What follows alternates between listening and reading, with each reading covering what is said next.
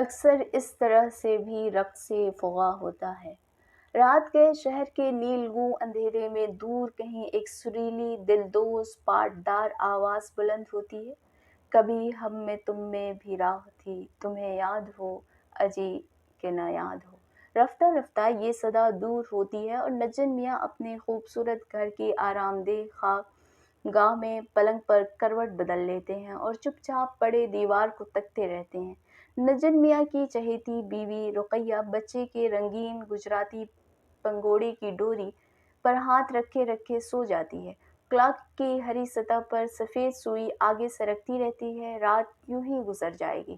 نجم میاں لیڈر، فلسفی، شاعر، ادیب، انٹلیکچوئل، ہیرو کچھ بھی نہیں ہے، بے حد معمولی، غیر معروف، سیدھے سادے آدمی ہے۔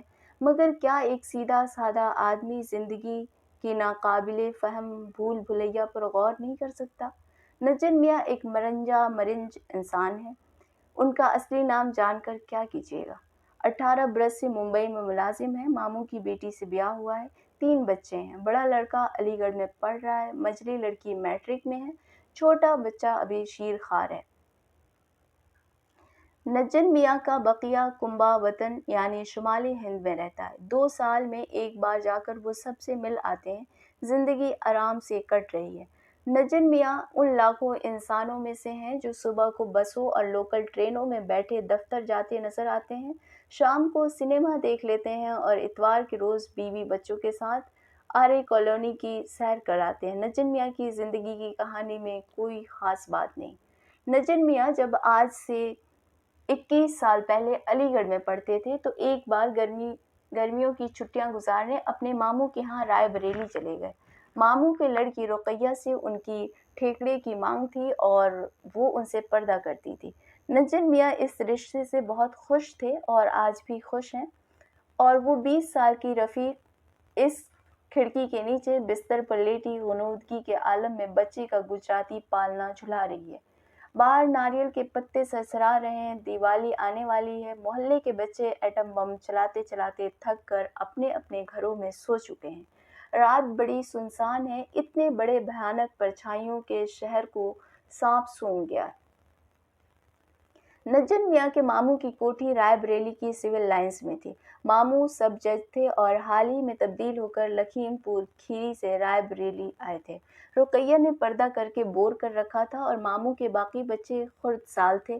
نجم میاں جب گھر میں پڑے پڑے اکتا جاتے تو سائیکل اٹھا کر سایہ دار سڑکوں پر سے گزرتے دیہات کی طرف نکل جاتے اور سنسان راستوں پر پہنچ کر اونچی آواز میں گانا شروع کر دیتے۔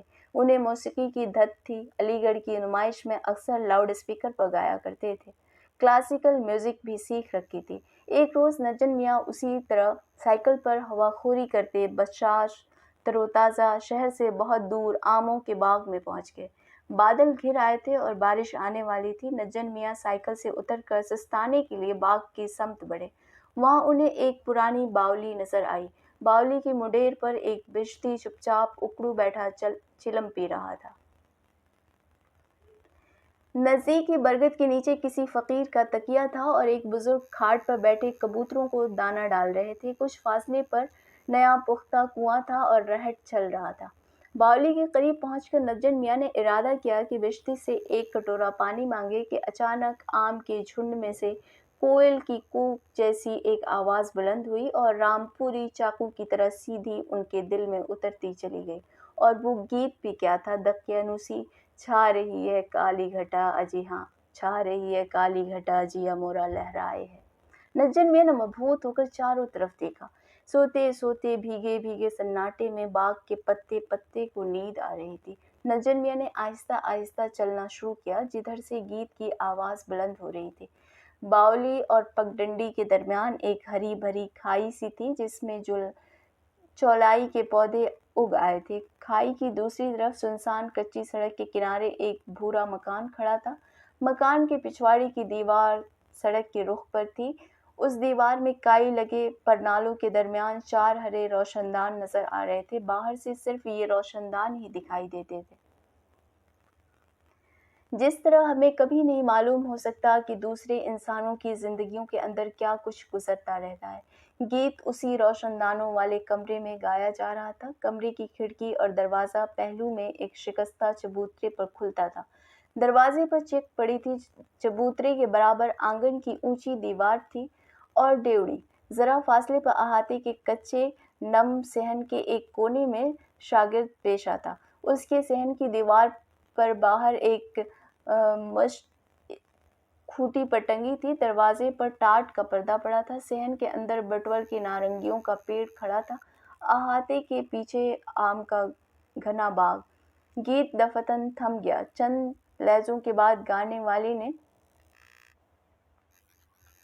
والی نے ایک اور دقیانوسی غزل شروع کر دی جو ایک زمانے میں گلی کے لونڈے گاتے پھرتے تھے۔ وہ جو ہم میں تم میں قرار تھا اجی تمہیں، نجن میاں ٹھٹک کر سنا کیے۔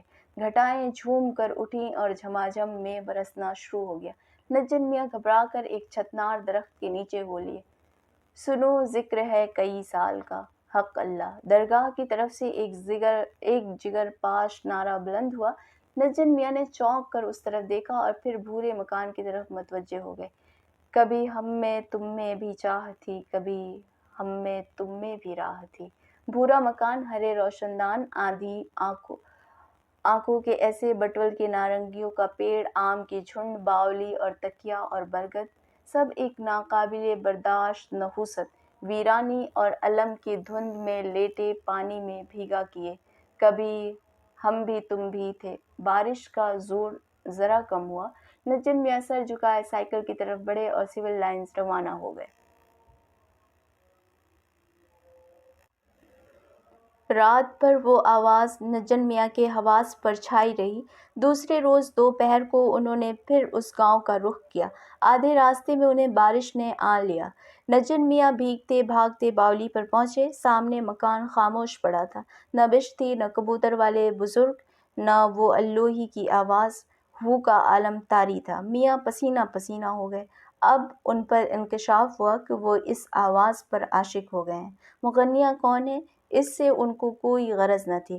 گرہستھن، پتریا، میراشن یا ڈومنی؟ نجن میاں حیران پریشان باولی کی منڈیر پر بیٹھے رہے اور گھنٹہ بھر بعد بے نیل و مرام واپس گھر آ گئے۔ تیسرے روز سحپہر کو نجن میاں گانا سننے کی امید میں پھر وہاں جا پہنچے۔ جی میں سوچ لیا تھا کہ اگر کسی نے پوچھا کہ روز کیوں آتے ہو تو کہہ دیں گے درگاہ پر منت ماننے آتے ہیں۔ اتنے میں گانے کی آواز پھر بلند ہوئی۔ سنگیت کے سچے رسیا نجن میاں بے اختیار کھنچے ہوئے جا کر مکان کی دیوار کے نیچے کھڑے ہو گئے۔ لڑکی نے انترا اٹھایا تو نجن میاں جھنجھلا گئے۔ بی بی، ماں تیبر لگاؤ۔ تیبر، انہوں نے ڈپٹ کر کہا۔ اس ڈانٹ پر کھڑکی کا پٹ ذرا سا کھلا۔ دو بڑی بڑی سیاہ آنکھوں نے درج میں سے جھانکا اور پٹ زور سے بند ہو گیا۔ خاموشی چھا گئی۔ نجن میاں نے ذرا نڈر ہو کر آہستہ سے دستک دی۔ بی بی، قدرت نے تمہارے گلے میں نور بھر دیا ہے، بس ذرا سرگم پر محنت کر ڈالو، انہوں نے بڑے خلوص سے مشورہ دیا۔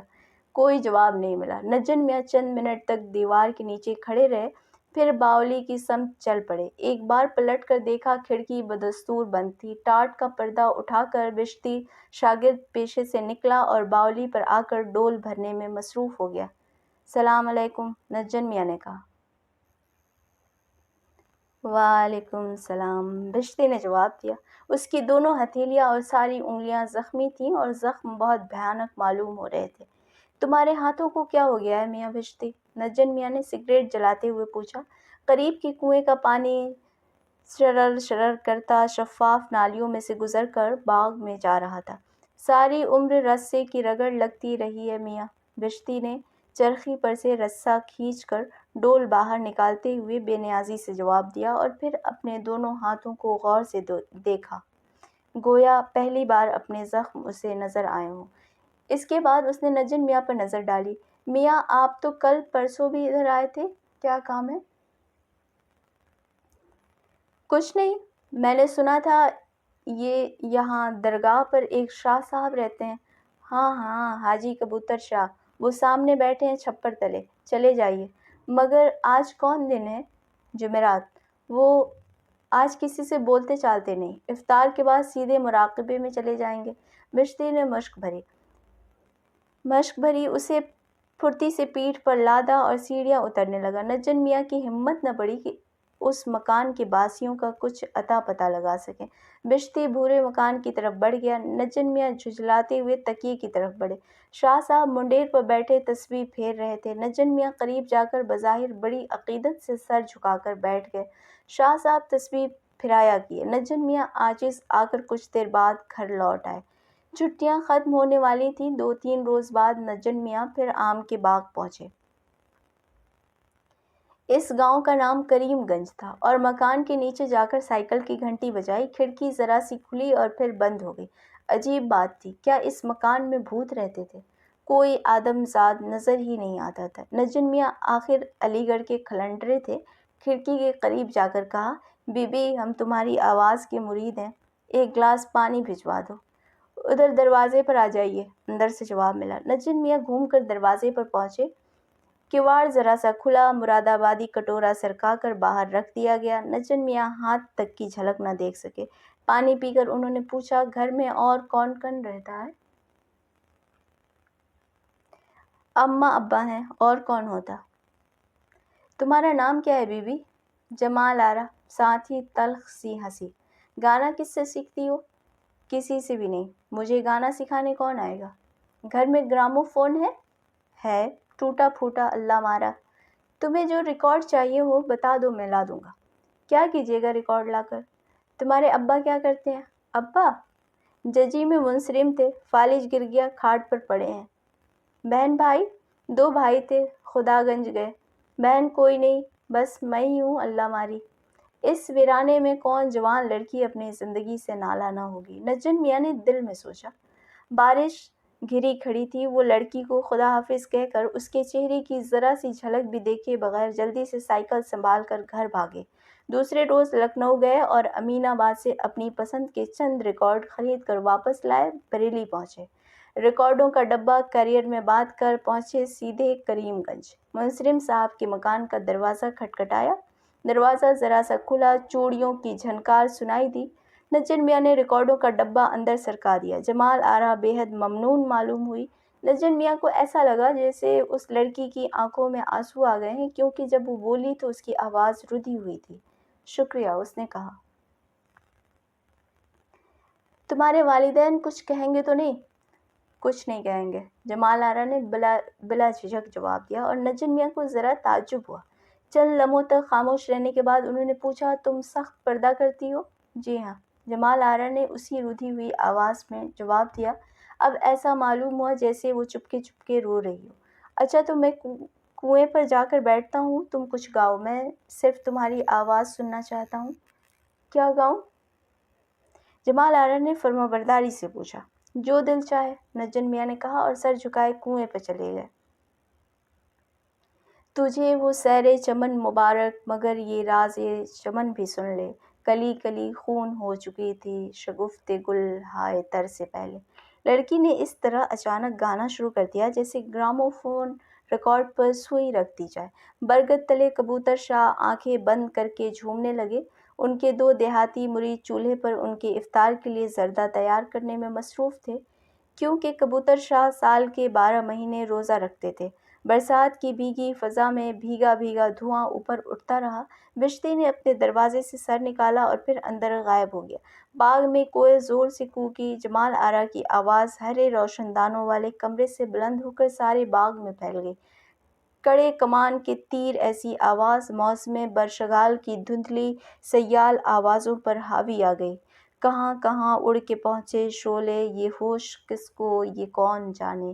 ہمیں بس اتنا ہے یاد، اب تک لگی تھی آگ اپنے گھر سے پہلے۔ مرید چولہا سلگاتے سلگاتے آپس میں باتیں کرنے لگے۔ جمالہ بٹیا شاہ صاحب کے لیے کھیر دے گئی ہیں، ایک مرید نے تام چینی کی رکابی اٹھاتے ہوئے کہا۔ سویرے بازار گئی تھیں، بندوخا کے ساتھ لالا کی دکان پر کھڑی رو رہی تھیں۔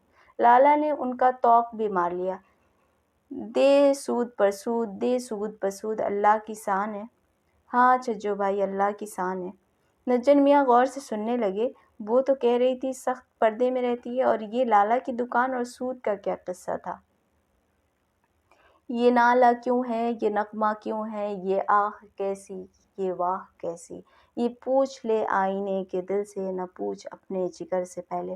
دفتر نجن میاں کا جی بھر آیا، وہ جلدی سے سائیکل کی طرف لپکے اور گھر جاتے ہوئے طے کر لیا کہ اب کریم گنج اور اس المناک ماحول کا رخ نہ کریں گے۔